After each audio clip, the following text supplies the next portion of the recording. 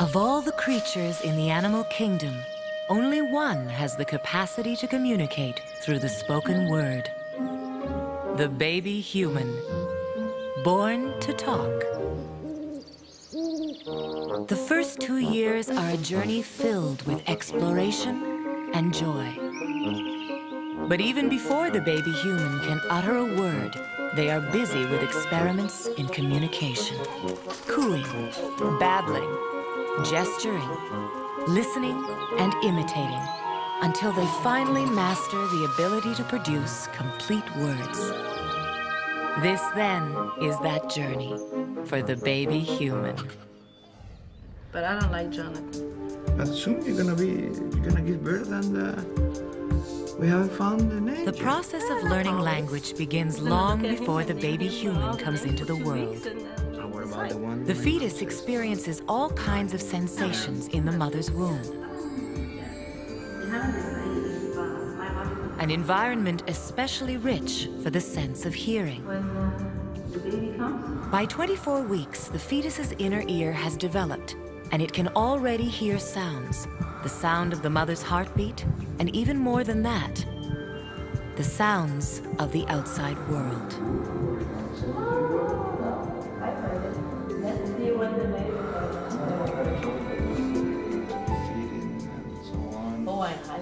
Loudest of all, even louder than the background noise of the uterus, is mother's voice. So she will have her baby and I will have mine and she can copy. Or she's never gonna leave the poor baby alone.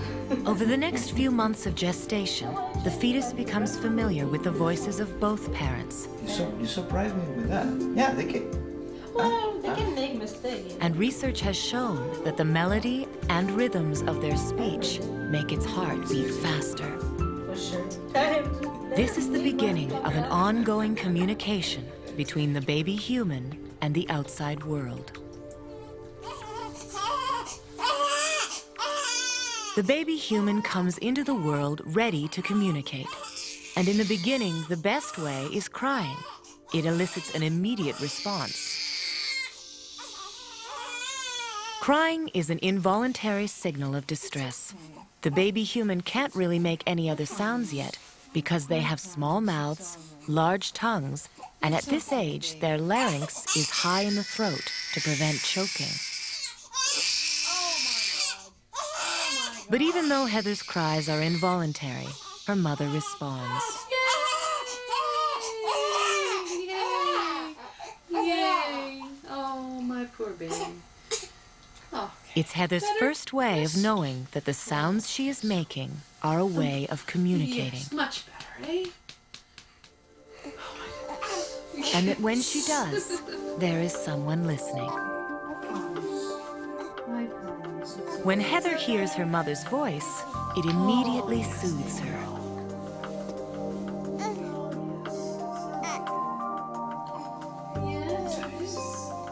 Research shows that from the first days of life, babies prefer the human voice over every other sound.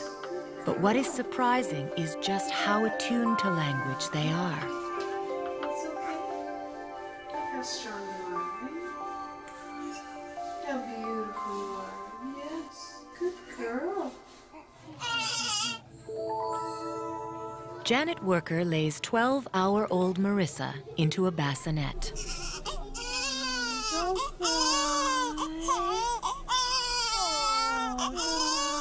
She places a pacifier into the newborn's mouth. The pacifier is hooked up to a computer, which records the frequency and intensity of the infant's sucking. Dr. Worker and her colleague, Tracy Burns, wanted to know whether only hours after birth, the baby human would prefer her parents' native language to a foreign language she had never heard before. Marissa was born to parents who speak only English. It was the language she heard in the womb. Marissa listens to a tape with 2 languages. English and Tagalog, a Philippine language. The actual words are filtered out, and the languages can only be distinguished by their cadence. Tagalog is played first. When she hears this language she's never heard before, she gives a very weak response.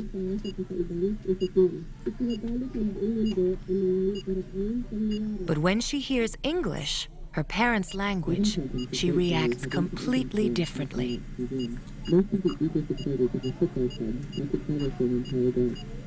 The intensity and frequency of her sucking shoots up, and then when the tape switches back to Tagalog, her sucking diminishes.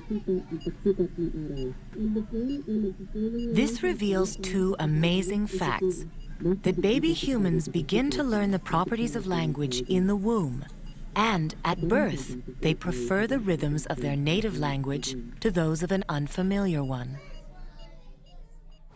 My doctor said I wasn't going to make it to my due date, so of course you get all excited and you're anticipating it. And, Oh, is it today? 6-week-old Rebecca turns her head toward the sound of her mother's voice. At this age, Rebecca's time is spent listening and absorbing. She has to make sense of all the sounds she hears. She learns that the clinking of a spoon is different from a cough. And a cough is different from the sound of a bird. In this chaotic world full of noise, from the moment the baby human is born, they have the remarkable ability to distinguish the sounds of speech, this unique vehicle for communication which separates the human species from all other animals.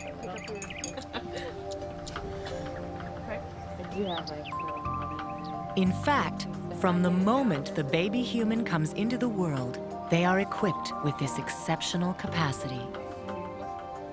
But new research shows that they know something even more extraordinary.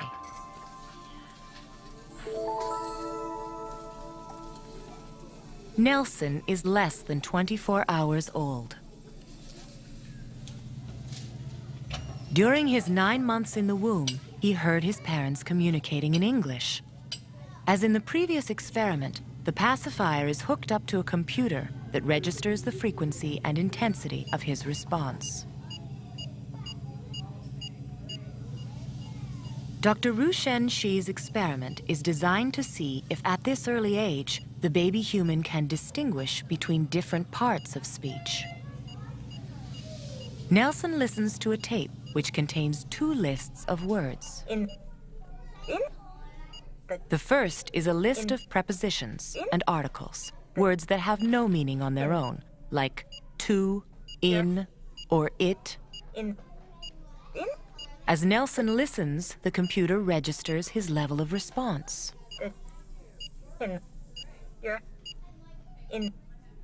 The second is a list of content words, like nouns and verbs. Toys. Find Parts of speech that convey meaning. toys. Chair. Find chew. Chew. When Nelson hears the content words, his level of reaction increases dramatically. Find. Find This study has been repeated with babies in many different languages with the same remarkable results. chew. That even at birth, Find the baby human is able to distinguish the words that convey meaning over all other words. toys. Chew.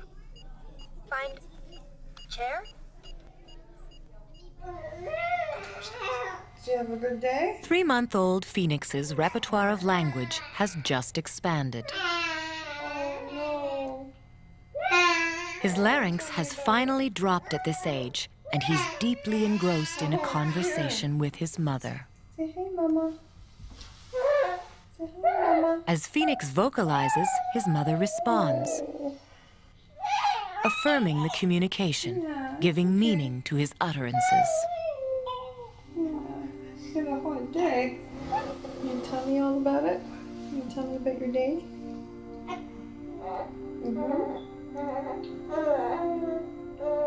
Really? Oh, What's really? being exchanged between Phoenix and his mother is not only in the voice or through words, but in the facial expression. and especially in the gaze of the eyes. Oh. Oh my goodness. I gotcha. Facial expressions are mirrored. Smiles are exchanged.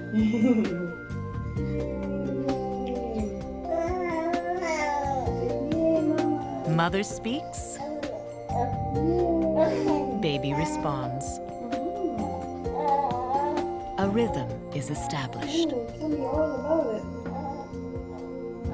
These are the rudimentary elements of conversation. But human communication is complex. And what researchers are discovering is just how early the baby human understands the signals for interaction.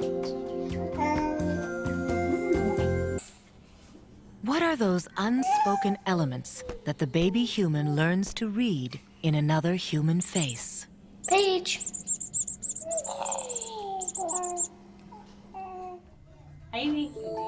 To answer that question, Darwin Muir constructed a series of 4 studies. Way up high in the apple tree.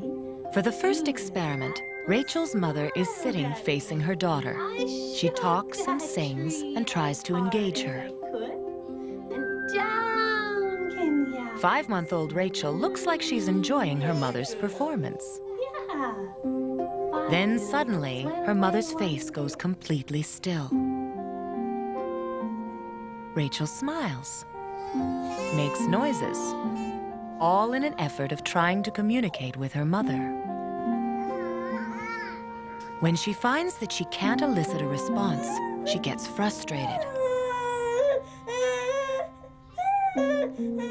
Darwin Muir concluded that the reason she got upset was because her mother had broken the line of communication without warning. Hi, Bridget. How are you? Were you happy, baby? In the second part of the experiment, 6-month-old Bridget sits in front of a television monitor watching a projected image of her mother who is seated in another Give Mommy room. a smile? Hi. Hi. Bridget laughs when she recognizes the face and voice of her mother. Hi. Hi. Then something unexpected happens. An upside-down image of her mother is projected. Bridget, look at Mommy. Hi, sweetie. That's a good girl. Are you a good girl? Bridget stops smiling. Yeah. Can you see Mommy? Mommy upside down? Upside-down Mummy doesn't look like Mummy at all. Does she look funny? Hey? Yeah. Bridget can't interpret the inverted features as a face. The face simply becomes a peculiar object. Because she can no longer communicate with it, Bridget gets restless. Yeah, Mommy's upside down.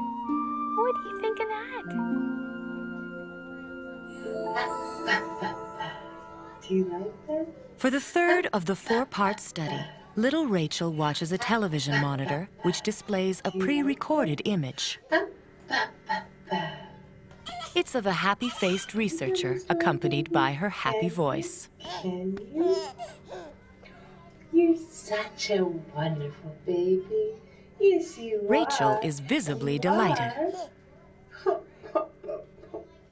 Do you like that? But when the computer shows a sad face accompanied by a sad voice, Story? Can you? Can you? Rachel's smile fades and she becomes a little more serious. Such a wonderful baby. Yes, you are. You are. Suddenly, the situation is switched. Do you like The happy that? face is accompanied by a sad voice. Can you tell me a story? Can you? Can you? Can you? Rachel looks confused. She knows there is something amiss. Yes, you are. You are. Do you like that? And when the sad face is mismatched with the happy voice, Can you tell me a story? she responds with the same confusion and loses interest. Can you?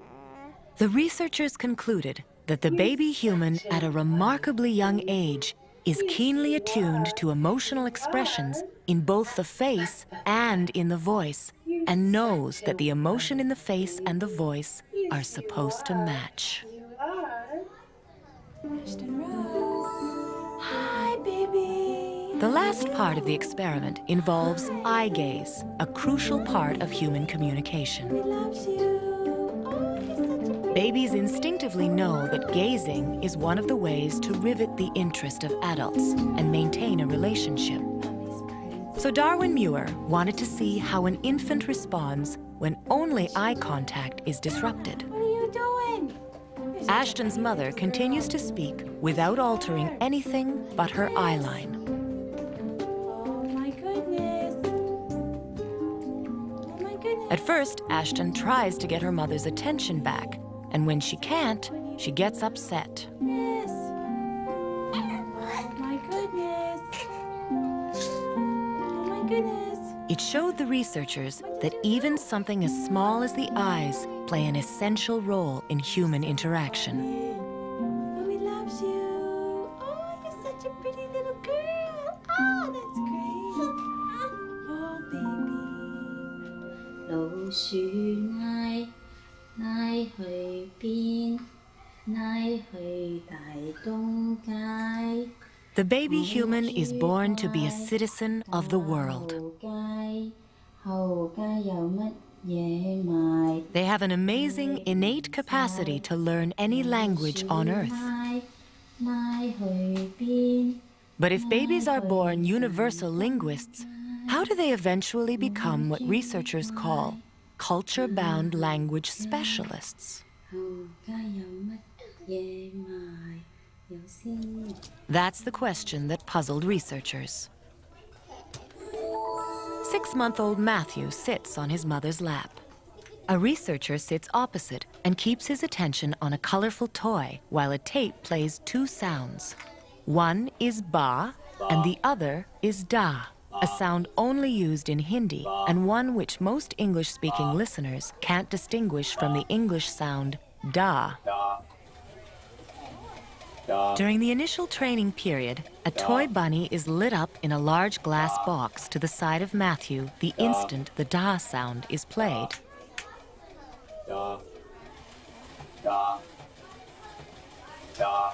When the ba sound is played, the bunny stops and Matthew turns back to the researcher. The routine continues until Matthew learns to associate the change from ba to da with the bunny. Matthew even turns his head in anticipation when the researchers delay the bunny's appearance.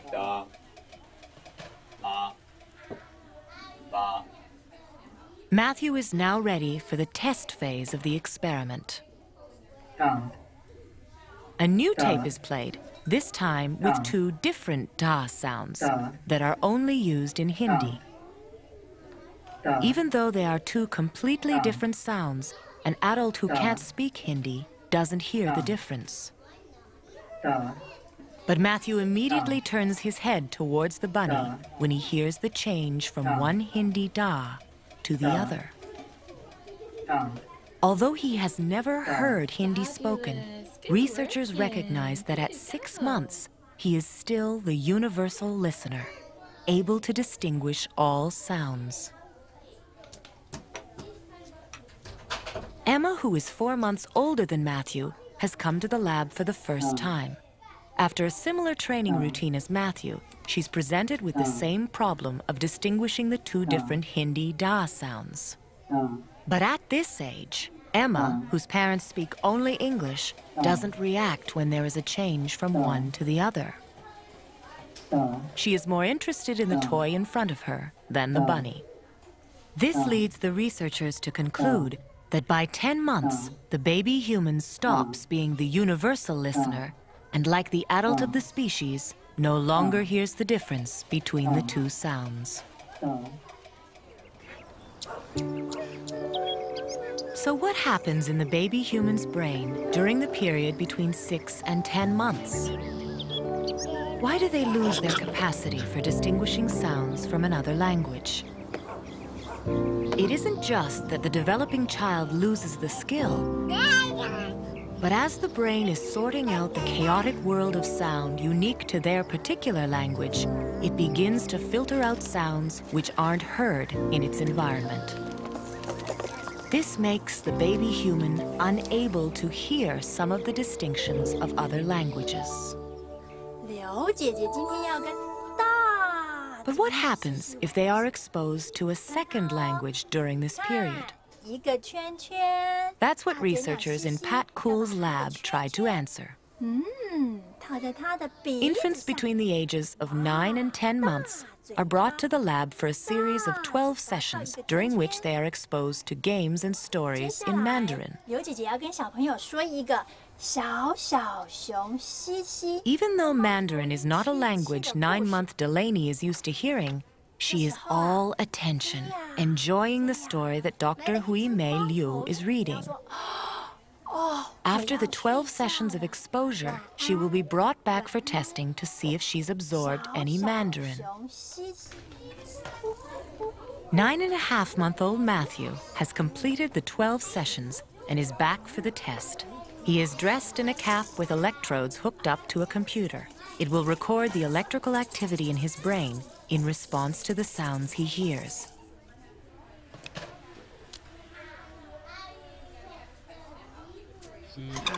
What's that noise? What is that noise? As the test begins, Matthew's attention is held by a researcher's visual entertainment so that he remains absolutely still.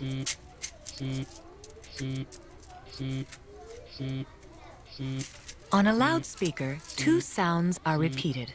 They represent two different words in Mandarin Chinese.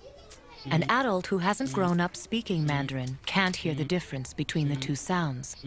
But Matthew has been exposed to Mandarin during the sensitive period, when most children's brains are beginning to filter out sounds that are not part of his native tongue.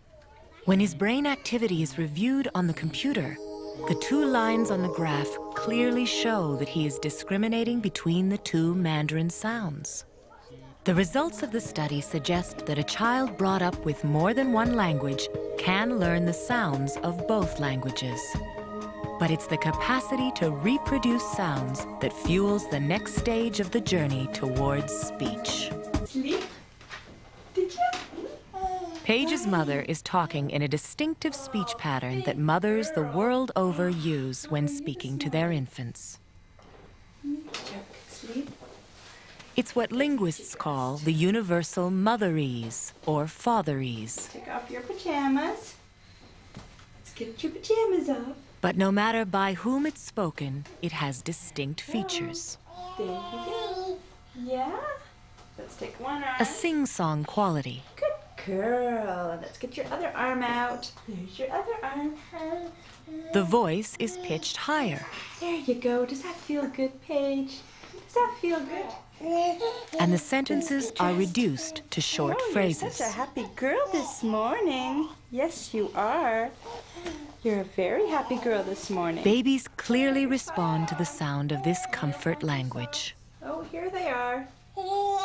As her mother exaggerates the words, stretching the vowels, 5-month-old Paige is getting an acoustic map of her native tongue. You are a very happy girl. Let's put your arm in. Let's put your arm in for your dress. And by repeating the words, her mother's actually helping Paige learn the words, Come on. Come on. Now we'll sit up and I'll do up your buttons. emphasizing the most important ones, words that convey meaning. Should we go see what your brothers are doing and have some breakfast? What mothers are instinctively doing is communicating the essentials of language. And although the potential for speech is there at birth, its development depends on learning from those around. So communication is both nature and nurture. Just as adults practice singing in the shower, baby humans love to practice language in the bathtub. 9-month-old Ella is babbling.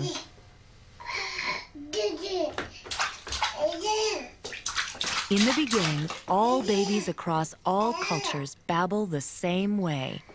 Dada, baba, mama. But by the time they reach 9 months, like Ella, the language sounds become narrower, focusing in on their native tongue. It may sound like gibberish, but Ella is hard at work. She's practicing the sounds of the language she hears around her. As she plays with the sounds, she's also listening to what she's saying. It's called mouth sound mapping. Ella, Ella, Ella. What's your name? When her mother pronounces her name, Baby Ella listens. Can you say Ella, Ella? Say your name. Go Ella. That's right. Suddenly, she is able to reproduce the sounds and rejoices. Ella, Ella. Is your name baby? Imitation and repetition are key to learning language. Baby Ella.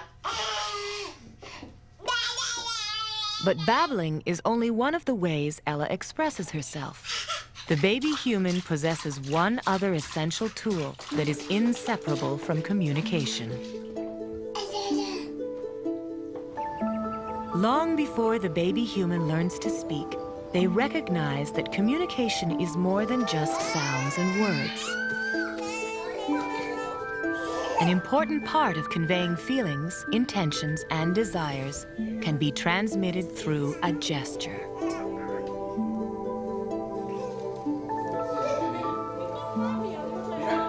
Some gestures are easy to understand.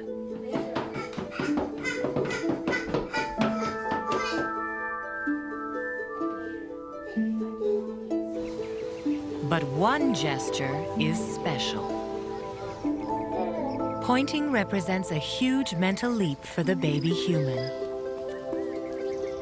The infant only understands what pointing means once he begins to crawl and wants to draw attention to something.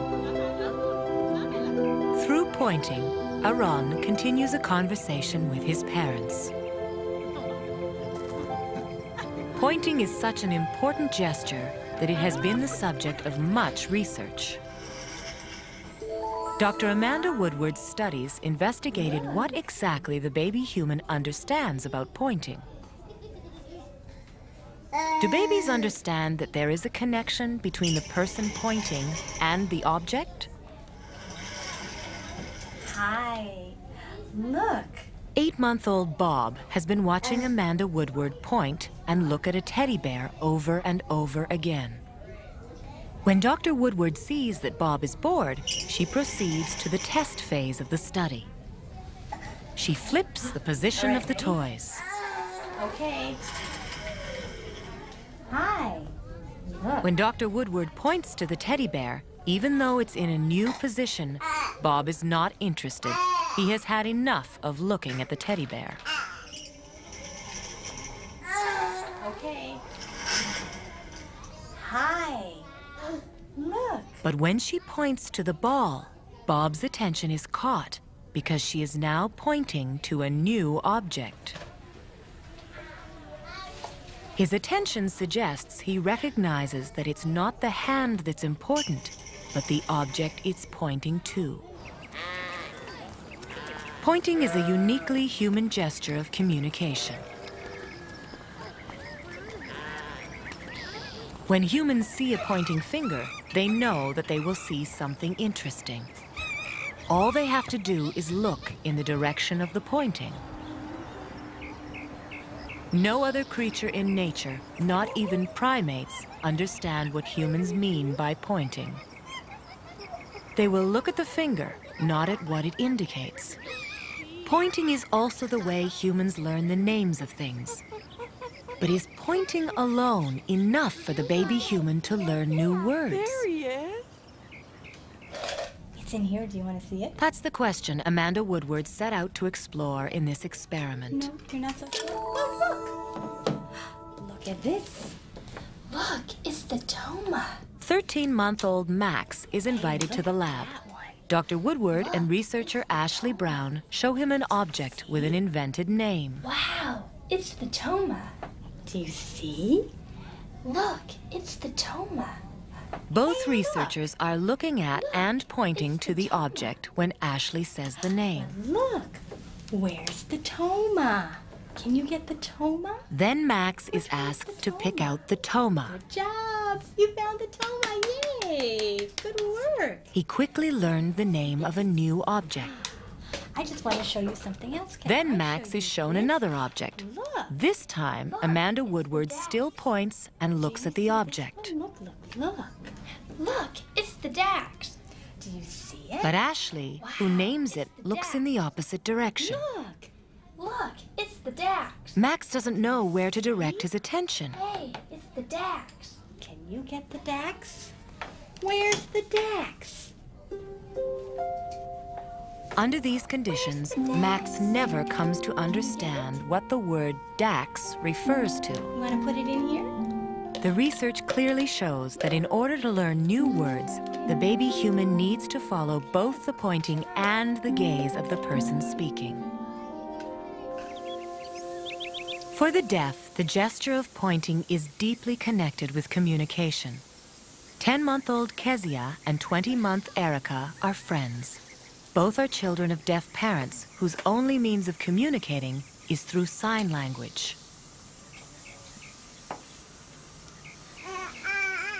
Kezia's mother points to an apple and shows her the sign for it. As all speaking parents do, she emphasizes the important words like nouns and repeats them over and over again. Although Erica has less than 100 words in her spoken language, she has a large signing vocabulary.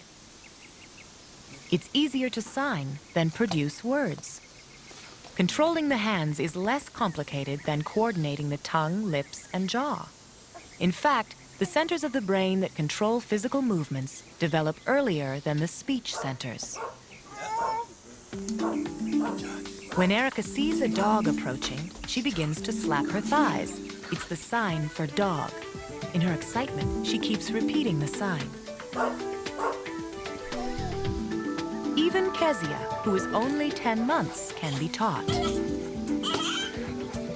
It may hint at the surprisingly critical role that imitation plays in the learning of language. They have learned to interpret facial expressions and gestures, all in an attempt to maintain the channels of communication. But it's been said that for the baby human, the primary engine for learning is imitation. How else would 10-month-old Emily know what to do with the telephone? This need to imitate is a key to learning language. Even before they learn to say a word, they mimic the sounds of language they hear in their surroundings. Now let me show you this. Ready? Watch this. Dr. Andrew Meltzoff is trying to clarify just how the baby human learns to communicate. 18-month-old Emma watches Dr. Meltzoff play with a series of objects. He, in turn, observes what she does with them. Well, you did that quickly. Emma copies Good the job. action. Good job. Can I have it? Thank you. Very good job. Here we go. Look at this. For this study, What I Dr. can do. Meltzoff has purposely chosen things that Emma has never seen before. Isn't that strange? They require Watch this. unusual actions to make them work. Now it's your turn. One turn. Even though the objects get stranger and stranger, Emma imitates the actions job. exactly. Thank you. What a good baby. I'm going to do something else, too. Here, Dr. look at Meltzoff this. believes that imitation is the Look at first this. avenue of communication between adults Here's and one. infants. One more time. Parents Watch usually this. believe that their baby has understood something when they imitate it. Give you a turn. Ready?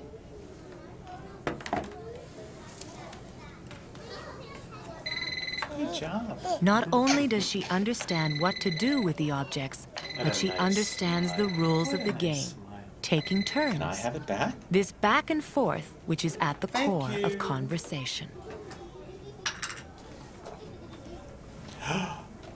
Oh, look at this. Then Dr. Meltzoff shows Emma the orange box again. This time, he doesn't let her have another try and asks her to leave. He wants to see whether she will remember the lesson. Yes, see you later. Hi, Emma. An hour later, Emma returns. Hello, Emma. Oh, hello. That's nice of you. Ready? Now I want to see if Emma remembers anything.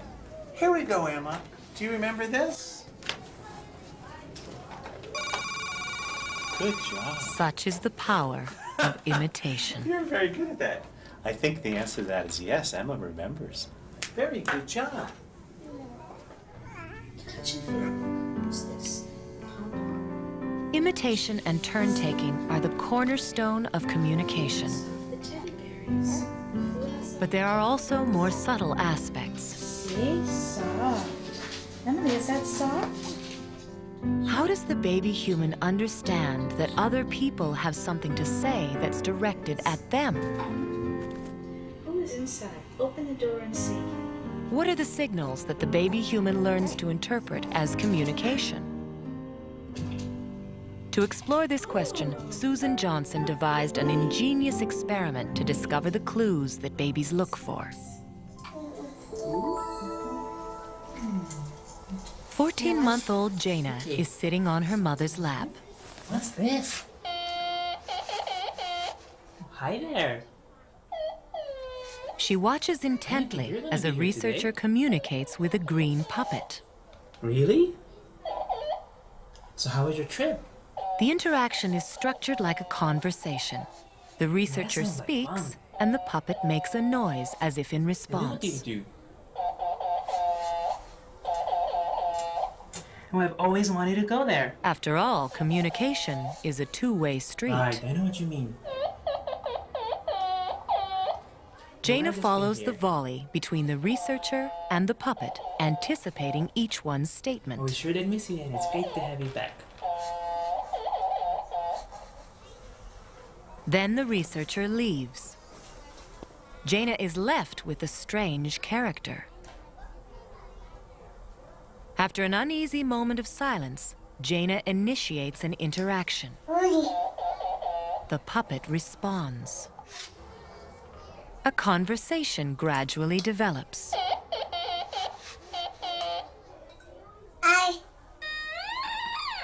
Jaina babbles, and the puppet waits an appropriate beat and imitates the rhythm of her remark. The puppet is not anything that Jaina has ever seen.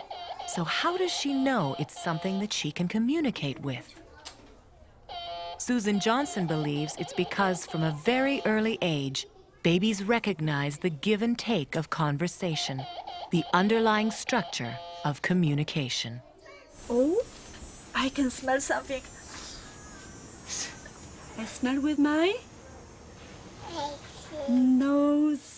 After the age of 1, the baby human begins the amazing journey from simply producing sounds to articulating complete words.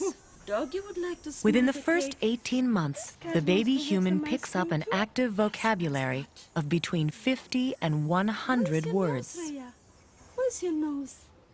That's right. But they can Sally, understand where's your much nose? more than they can say. Matthew, where's your nose?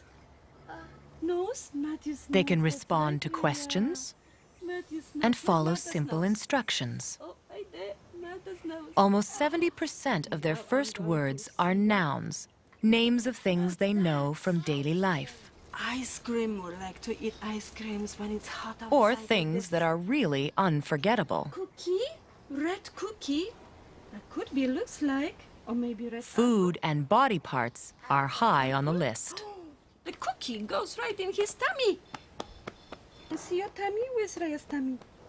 Cyrus is touching his tummy. Raya's tummy. Matthew, where's your tummy? Matthew's tummy right there. What is he doing there? He's brushing his teeth. That's right, Matthew. You pointing at your teeth? You have teeth? Where are Raya's teeth? This boy's brushing his, Cyrus. That's right, your teeth in your mouth. But there are a few terms in the baby human's vocabulary at this age that are almost universal. All gone. All gone. Gone? All? All gone and gone. The equivalent exists in every known language. More? Should we get some more? Some express concern. Uh-oh. Was push, was it? Uh-oh.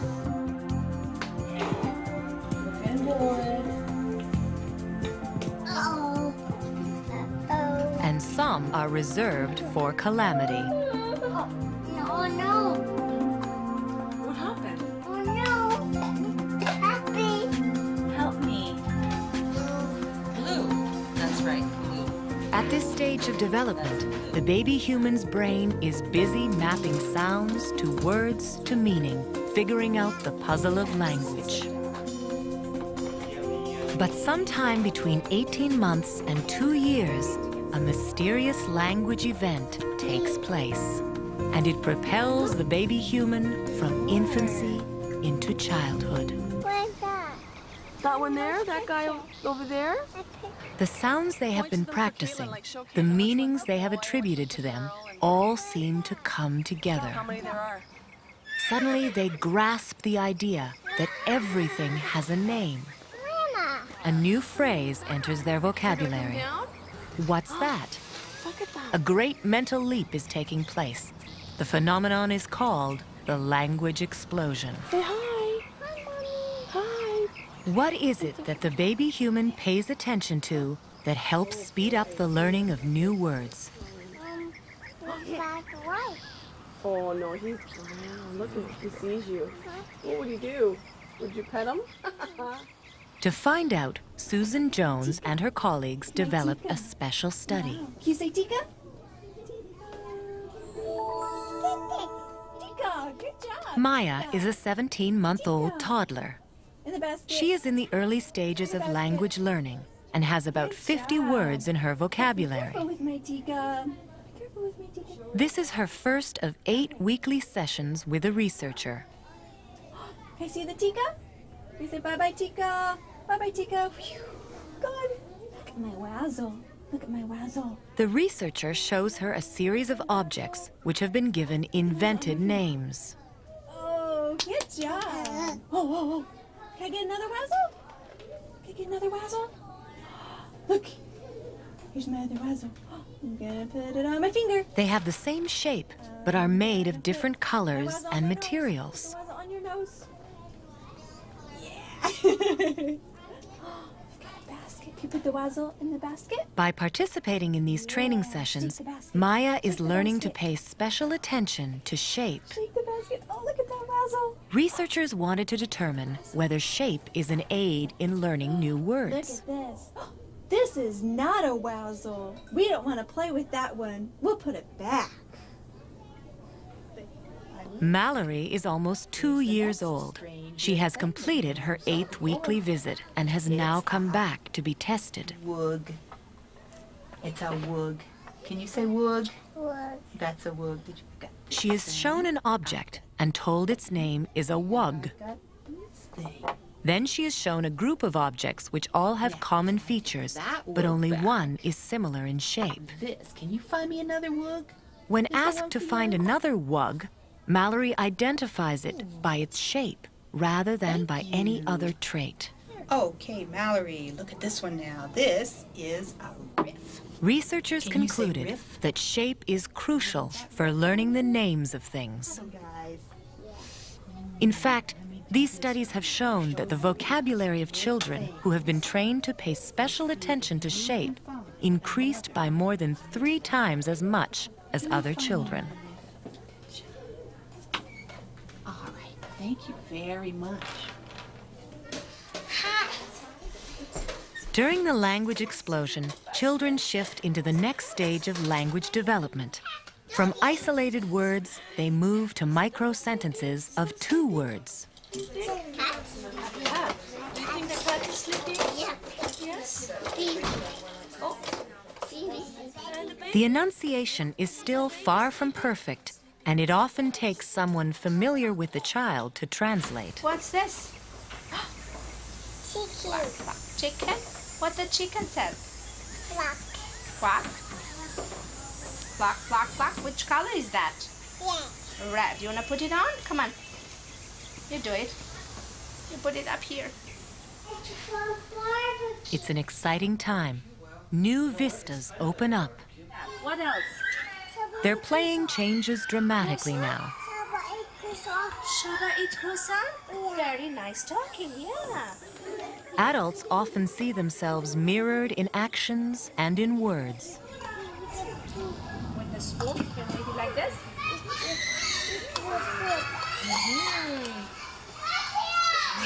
Yummy. Which flavor is that? A great flowering of the imagination takes place as playtime becomes filled with language. It takes a huge amount of effort, but it's all worth it in the end.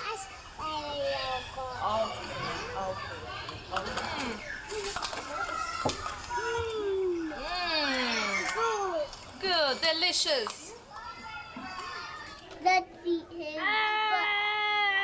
So the human animal is the only one who received the gift of speech. Now let's put the lion in. As children begin to speak, their inner world becomes visible. How they reason, solve problems, and plan actions are all reflected in the way they assemble words into more and more complex thoughts.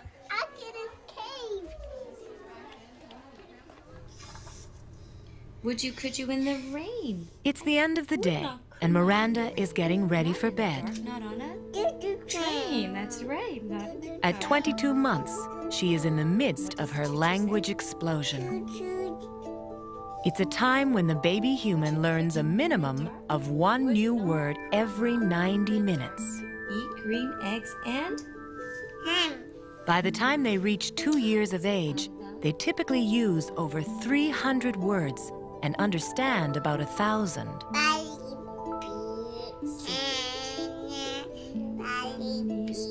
These early years are the critical time for learning language, and early interaction with parents is when the seed for communication skills is planted. Miranda's getting awful thin, just a nickel bones covered with skin.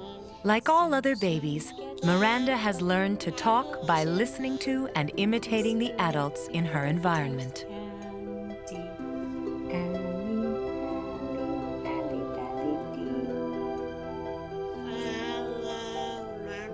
The games and songs of childhood are critical to the process.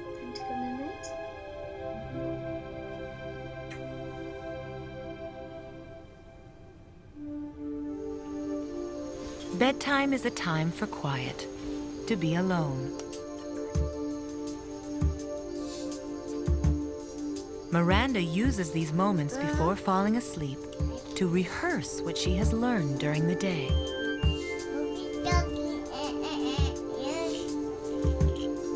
She must process an overwhelming deluge of new language, new concepts.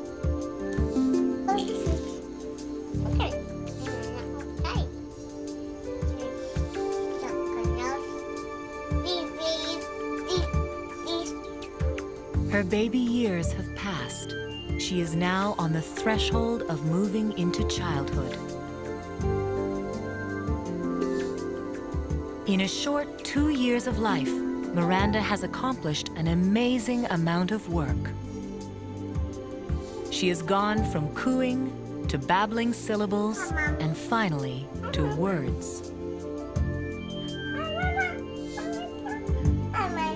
She is learning that you can play with language and put words together in unexpected ways that allow her to think new thoughts.